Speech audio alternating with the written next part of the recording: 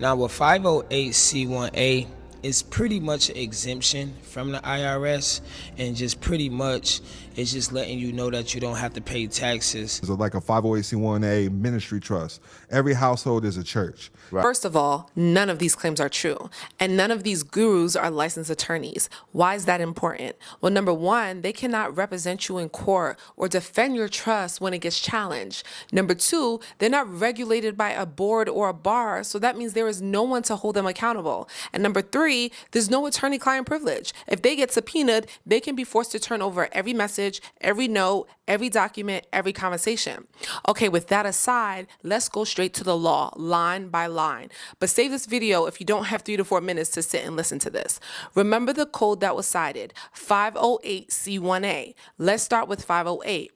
New organizations must notify Secretary that they are applying for recognition of Section 501c3 status. In other words, if you want federal tax exemption, you must notify the IRS. And for most organizations, that means filing Form 1023, application for recognition of exemption under Section 501c3 of the Internal Revenue Code. Let's continue. Except as provided in subsection C, an organization organized after October 9th, 1969 shall not be treated as an organization described in section 50C3. The word except tells us there's an exception to the rule that we just read. And where do we find that exception? In subsection C. So let's go to subsection C.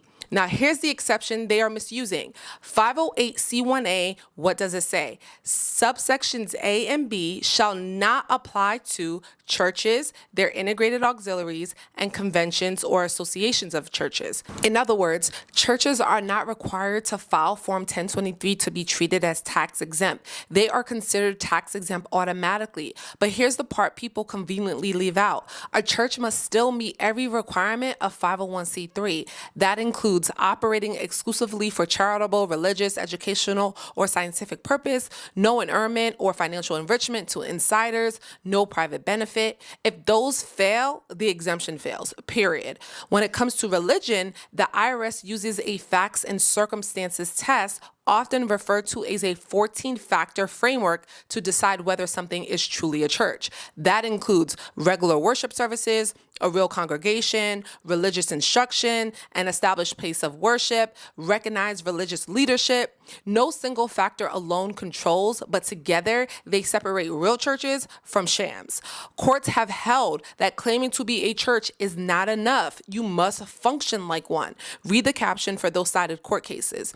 And another point, if there is any private benefit, like revenue flowing back to you or using nonprofit money for personal expenses, it fails 501c3 automatically. And once it fails 501c3, 508 does not apply, which means it's not a 501c3, it's not protected by 508c1a, income is taxable, deductions are disallowed, and you can face civil penalties and even criminal exposure. So please be discerning. If you fell for this scam, you should talk to an attorney as soon as possible.